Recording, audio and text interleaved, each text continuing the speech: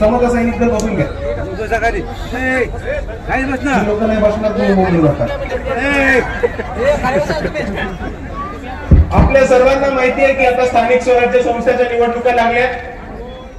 माहिती आहे का नाही माहिती? नक्की का?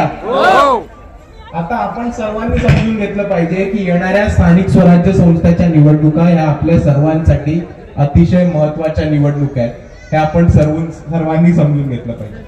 आमदाराच्या खासदाराच्या निवडणुका गेल्या, पण आमदार आणि खासदार कधीही आपली लोक नव्हती, ती कधीही आपली काम करत नव्हती. तुमच्या खासदारांनी कधी तुमच्या गावामध्ये आलेत का? कधी तुमच्या गावामध्ये उभे राहून प्रश्न विचारलेत का की तुमच्या समस्या काय, त्या कशा सोडवून देऊ शकतो?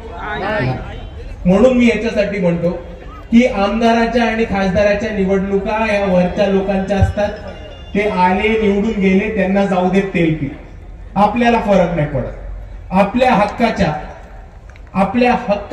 आणि आपल्या हातातल्या निवडणुका या स्थानिक स्वराज्य संस्थेच्या निवडणुका. वंचित बहुजन आघाडी हा तळागाळातल्या कार्यकर्त्यांचा पक्ष आहे, सर्वसामान्य कार्यकर्त्यांचा पक्ष आहे, आणि स्थानिक स्वराज्य संस्था ह्या त्या कार्यकर्त्यांच्या निवडणुका आहेत. म्हणून मी आपल्या सर्वांना एवढीच विनंती करतो की ह्या येणाऱ्या निवडणुकीमध्ये आपण आपलं मत हे वंचित बहुजन आघाडीच्या कार्यकर्त्यांच्या मागे उभं करा आणि जास्तीत जास्त मतांनी वंचित बहुजन आघाडीच्या कार्यकर्त्यांना विजयी करा, अशी मी आपल्या सर्वांना विनंती करतो. पण हेच बोलत असताना मित्रांनो, आपण सर्वांनी समजून घेतलं पाहिजे की आमदार खासदारीवरची लोक आहेत. आपल्या इकडे नगरसेवक, पंचायत समिती सदस्य, जिल्हा परिषद सदस्य हे आपली हक्काची लोक असतात आणि आपल्या गावामधल्या, आपल्या वॉर्डामधली, तसेच आपल्या गणामधली आणि आपल्या गटामधली जे समस्या असतात, जे मुद्दे असतात, ते सोडवून देणारे आपले स्थानिक स्वराज्य संस्थेचे निवडून आलेले मेंबर्स असतात. आणि आपल्याकडे समस्या भरपूर आहेत. पिण्याच्या पाण्याची समस्या आहे, इरिगेशनची समस्या आहे, सिंचनची समस्या. इतके वर्ष झाले आपला तालुका हा दुष्काळग्रस्त तालुका हा घोषित झालाय, तरी इतके लोक येऊन गेले, इतक्या वेगळ्या सत्ता येऊन गेल्या, कोणीतरी आपल्या पिण्याच्या पाण्याचा किंवा सिंचनाच्या पाण्याचा प्रश्न सोडवलाय का? अजूनही प्रश्न तसाच आहे. बरं, तुम्ही 2025 ची परिस्थिती बघून घ्या. 2025 मध्ये एवढा मोठ्या प्रमाणामध्ये पाऊस होतो या महाराष्ट्रामध्ये, 14 जिल्हे पाण्याखाली जातात, तरी आपल्या वसमतमध्ये पाण्याच्या नावावरती ठणठण गोपाल हीच परिस्थिती आपल्याला दिसते. आणि ह्याच्यासाठी कारणीभूत आहेत इकडचे सत्ताधारी. आणि जर आपल्याला ही परिस्थिती बदलायची असेल तर आपल्या सर्वांसमोर एकच उपाय, तो म्हणजे या सत्ताधाऱ्यांना हकला सत्तेमधनं आणि आपल्या हक्काची वंचित बहुजन आघाडीची लोक ही सत्तेमध्ये बसवा. समस्या भरपूर आहेत. अजूनही बघितलं तर आपल्याला वसमत मध्ये पाहिजे तसं हॉस्पिटल चालू झालं नाही, रस्ते चांगले नाही, इथे रेती माफिया, वाळू माफिया त्यांना हवा तसा मोकार लूट करतात. इकडे शेतकऱ्यांचे हाट चालू आहेत, कर्जमाफी होत नाही, बियाणं वाटप केलं जात नाही, शेतकऱ्यांच्या शेतमालाला हमी भाव मिळत नाही. आणि ही परिस्थिती असतानाही सत्ताधारी कशामध्ये लुटलेत? तर स्वतःचे खिसे भरण्यात, स्वतःचे टेंडर मिळवण्यात, स्वतःचे कॉन्ट्रॅक्ट मिळवण्यात. आणि आपल्या इकडचे काही आमदार आहेत ज्यांना अजून डान्स करायला सुद्धा आवडतं. आणि अशा परिस्थितीमध्ये एक कॉन्ट्रॅक्टर, ठेकेदार, वाळू चोर, डान्सर बिलकुल नको आपल्याला. आपल्याला आपल्या हक्काची कामं करणारी, आपल्याला आपली कामं सोडवून देणारी आणि एका हाकेवरती आपल्या सर्वांच्या मागे उभे राहणारी लोक ही आपल्याला कोणत्याही परिस्थितीत सत्तेमध्ये पोहोचवायची. आणि म्हणून मी आपल्याला एवढीच कळकळीची विनंती करतो की येणाऱ्या निवडणुकीमध्ये आपण आपलं मत कोणत्याही भाजप, शिवसेना, काँग्रेस, इतर पक्षांच्या मागे नका ठेवू.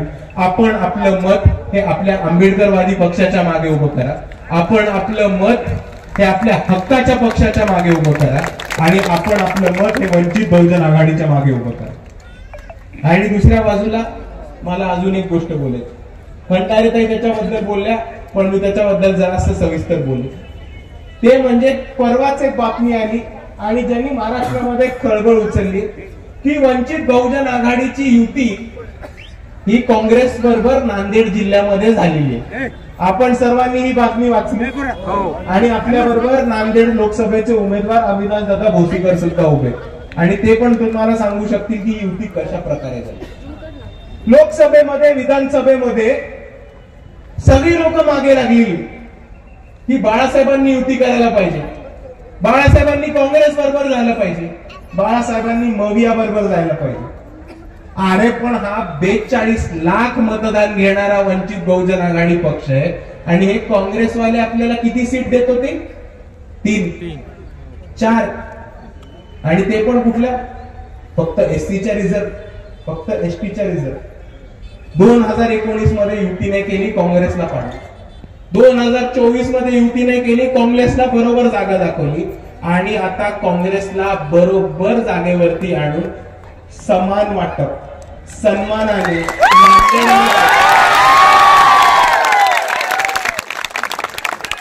50-50 ची युती, 50-50% 50-50 ची युती करायला भाग पडणारा हा पक्ष हा वंचित बहुजन आघाडी. आम्ही नेहमी म्हणत आलो की हा स्वाभिमानीवाल्यांचा पक्ष आहे, हा स्वाभिमान न विकणाऱ्यांचा पक्ष आहे आणि हा स्वतःची हिंमत ठेवून चालणाऱ्या पक्ष आहे. म्हणून 2 सीटा 4 सीटा 5 सीटासाठी आम्ही लाचारी करत नाही. जेव्हा युती करतो तेव्हा डायरेक्ट 50% सीटा येतो.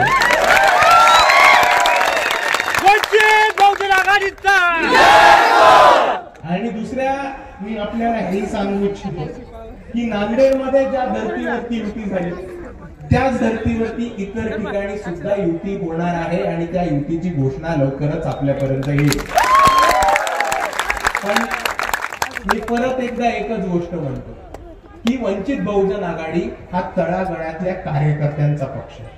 येणाऱ्या स्थानिक स्वराज्य संस्था ह्या कार्यकर्त्यांच्या, तुमच्या हक्काच्या, कार्यकर्त्यांनी सत्तेमध्ये जाण्याच्या निवडणूक आहेत आणि ह्या निवडणुकीमध्ये बाळासाहेब आंबेडकर कार्यकर्त्यांची सत्ता कुठेही कॉम्प्रोमाइज करणार नाहीत हे आपण सर्वांनी समजून घेतलं पाहिजे.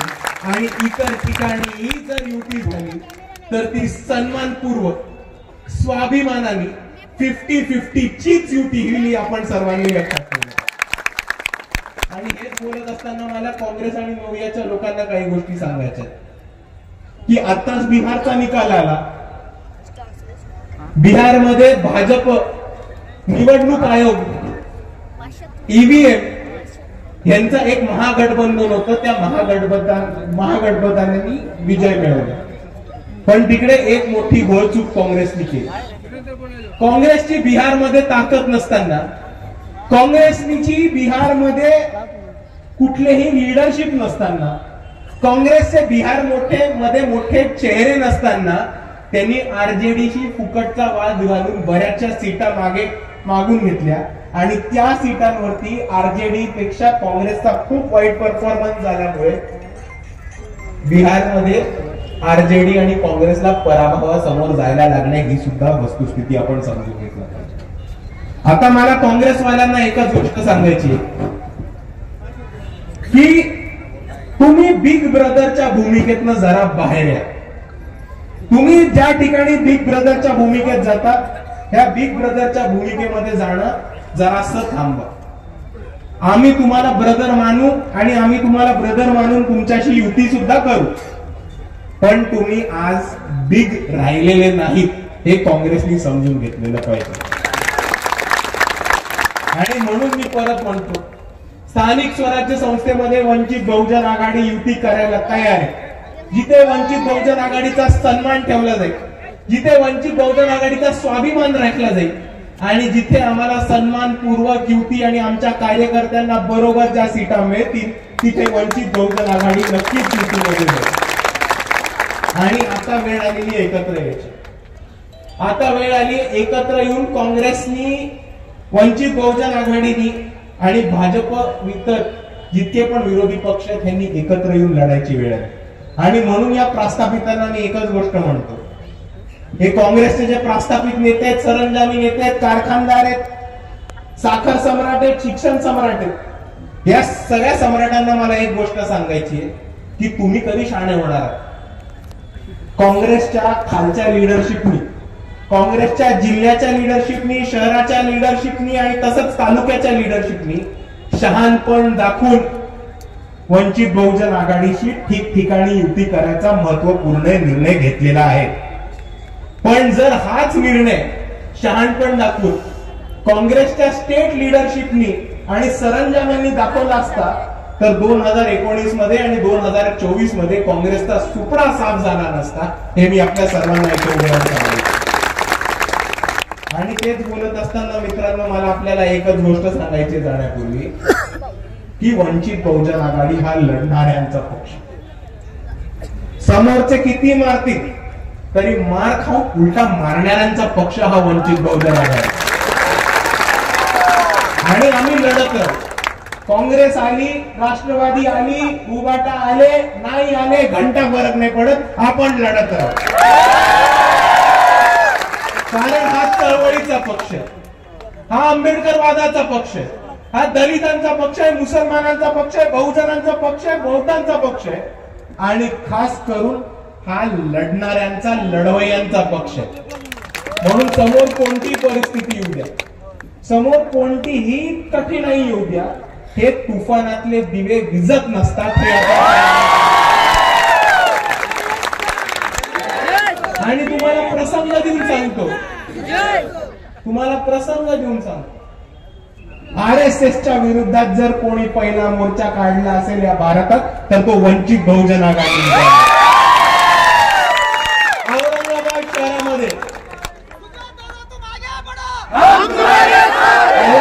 शहरामध्ये 3000 पोलीस, त्याच्याबरोबर CRPF, कमांडो आणि इतर जिल्ह्यांमधनं SRPF जवान हे उतरवले होते की वंचित बहुजन आघाडी मोर्चा काढणार. वंचितवाल्यांना काय फरक नाही पडला. पोलिसांच्या नाकावर टिचून RSSच्या छातड्यावरती मोर्चा काढला होता.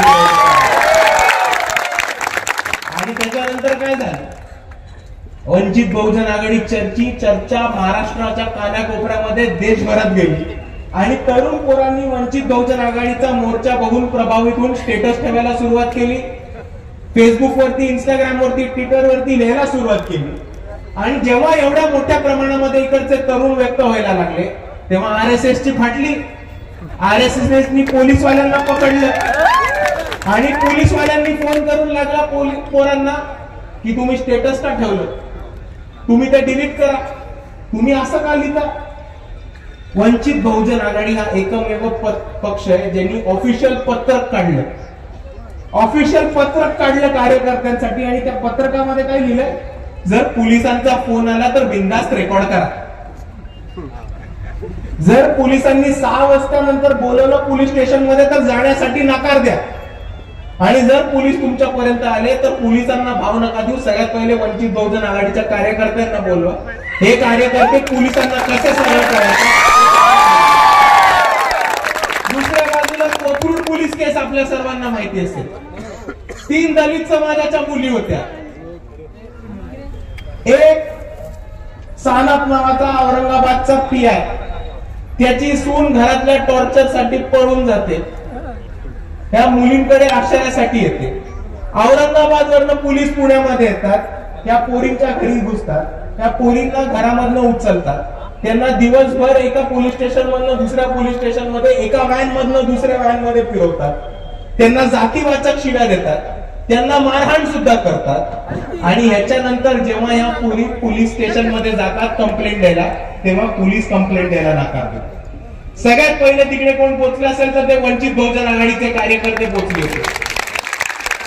रात्री 3 पर्यंत वंचित बहुजन आघाडीचे कार्यकर्ते होते. मी स्वतः होतो, अंजलीताई होत्या, राष्ट्रवादी काँग्रेसचे आमदार रोहितदादा पवार सुद्धा रात्री 3 वाजेपर्यंत पोलीस स्टेशन मध्ये होते. आणि या पोलिसांनी तरीही FIR घेतला नाही. CP आला, ऍडिशनल CP आला आणि ते म्हटले की आम्ही FIR घेऊ शकणार नाही. आम्ही म्हटलं तुम्ही नाही घेणार काय फरक नाही पडत, आम्ही जाऊ कोर्टात. पुण्याचे जिल्हा अध्यक्ष अरविंद तायडे, ऍडव्होकेट अरविंद तायडे, पुण्याच्या महिला आघाडीच्या कार्यकर्त्या ऍडव्होकेट रेखाताई चौरे, या दोघांनी काळा कोट घातला. पोलीस स्टेशनच्या विरोधात कोर्टात गेले आणि 3 दिवसापूर्वी पुणे कोर्टामध्ये निकाल आलाय की पुणे पोलीस आणि कोथरूड पोलिसांवरती अॅट्रॉसिटी दाखल होईल आणि ह्या 3 मुलींना न्याय मिळवून द्यायचं काम हे वंचित बहुजन आघाडीच्या पुण्याच्या टीमने करून दाखवलं। एवढंच नाही, आपल्या सर्वांना परभणीचे सोमनाथ सूर्यवंशी आठवतो। जेव्हा सोमनाथ सूर्यवंशींना पोलिसांच्या मारहाणीमध्ये त्यांचा जीव गेला, त्यांचा मृत्यू झाला, तेव्हा महाराष्ट्राचे मुख्यमंत्री सभागृहामध्ये उभे राहून खोटं बोलले होते की सोमनाथ सूर्यवंशींना कार्डियाक अरेस्ट आला होता। तेव्हा बाळासाहेब आंबेडकर ऑन रेकॉर्ड येऊन म्हटले की सोमनाथ सूर्यवंशींचा पोस्टमॉर्टम हा ऑन कॅमेरा झाला पाहिजे, ऑन कॅमेरा। परभणीचे पोलीस म्हटले आमच्याकडे फॉरेन्सिक लॅब नाहीये, आम्ही ऑन कॅमेरा करू नाही शकत। आम्ही म्हटलं फरक नाही पडत, औरंगाबाद मध्ये ना तिकडे पोस्टमॉर्टम करा। औरंगाबाद मध्ये पोलिसांनी व्हॅन द्यायला नकार दिला। सोमनाथ सूर्यवंशींची बॉडी एका अँब्युलन्स मध्ये टाकून त्यांनी फिरवायचा प्रयत्न केला पोलिसांच्या ताफ्याबरोबर। वंचित बहुजन आघाडीच्या कार्यकर्त्यांनी त्यांच्या गाड्या काढल्या, अख्खा ताफा घेतला, पोलिसांच्या गाड्यांचा पाठलाग केला, त्या अँब्युलन्स समोर आडव्या गाड्या उभं करून रास्ता रोको केलं, पोलिसांना थांबवलं, पोलिसांना त्या जीप मधनं उतरवलं, ती अँब्युलन्स उलटी फिरवून औरंगाबाद मध्ये घेऊन गेले। औरंगाबाद मध्ये घेऊन गेल्यानंतर सोमनाथ सूर्यवंशींचा पोस्टमॉर्टम हा ऑन कॅमेरा झाला आणि जेव्हा सोमनाथ सूर्यवंशींचा पोस्टमॉर्टम ऑन कॅमेरा झाला तेव्हा हे सिद्ध झालं की देवेंद्र फडणवीस खोटं बोलत होते आणि सोमनाथ सूर्यवंशींचा मृत्यू हा पोलिसांच्या मारहाणीमध्ये झाला। बाळासाहेब आंबेडकरांनी काळा कोट घातला। बाळासाहेब आंबेडकरांनी सोमनाथ सूर्यवंशींच्या आईचं वकील पत्र घेतलं, हायकोर्ट मध्ये गेले, दिल्लीच्या सुप्रीम कोर्ट मध्ये गेले आणि देवेंद्र फडणवीसांना अख्ख्या महाराष्ट्रासमोर खोटं पाडणारे हे बाळासाहेब आंबेडकर। तुम्ही एक गोष्ट समजून घ्या, आपला पक्ष वेगळा आहे जरासा। इथे पोलीस कस्टडी घेते लोकांची, बरोबर, आपला पक्ष वेगळा आहे, आम्ही कस्टडी घेतो पोलिसांची। आणि मी परत म्हणून म्हणतो, वंचित बहुजन आघाडी हा लढणाऱ्यांचा पक्ष, समोरच्यांनी मारलं तरी उलटा मारणाऱ्यांचा पक्ष आहे। आणि तुम्ही किती ताकद लावा, किती हिंमत लावा, आम्ही दबत नसतो, आम्ही थांबत नसतो आणि आम्ही घाबरत सुद्धा नसतो। आणि इथे काय सभेच्या आधी प्रसंग झाला मला माहिती, बराचसा प्रेशर आणण्याचा प्रयत्न केला, बराचसा दबाव टाकायचा सुद्धा प्रयत्न केला आणि वंचित बहुजन आघाडीची सभा फेल होईल ह्याच्यासाठी पूर्ण नियोजन लावलं। पण ह्यांना मी एकच गोष्ट सांगणार की ही वंचित बहुजन आघाडीची सभा आणि वंचित बहुजन आघाडीची सभा होणार म्हणजे होणार। वंचितची सभा थांबवणं काय हलवा वाटलाय का तुम्हाला? वंचितची सभा होणार, मी येणार आणि वंचितची सभा हाऊसफुलच होणार। आणि ज्या पद्धतीने आज ही सभा हाऊसफुल केली जाते, ज्या पद्धतीने आज ही गर्दी उतरून दाखवली आणि ज्या पद्धतीने आज आपण सर्व इकडे ताकदीने उभे आहात, त्याच पद्धतीने पुढील सगळ्या निवडणुकांना जाऊ वसमत मध्ये वंचितचा झेंडा नक्कीच पडतो। एवढं म्हणून मी माझे 2 शब्द सांगतो। आपल्याला सर्वांना माझा जय भीम, जय संविधान।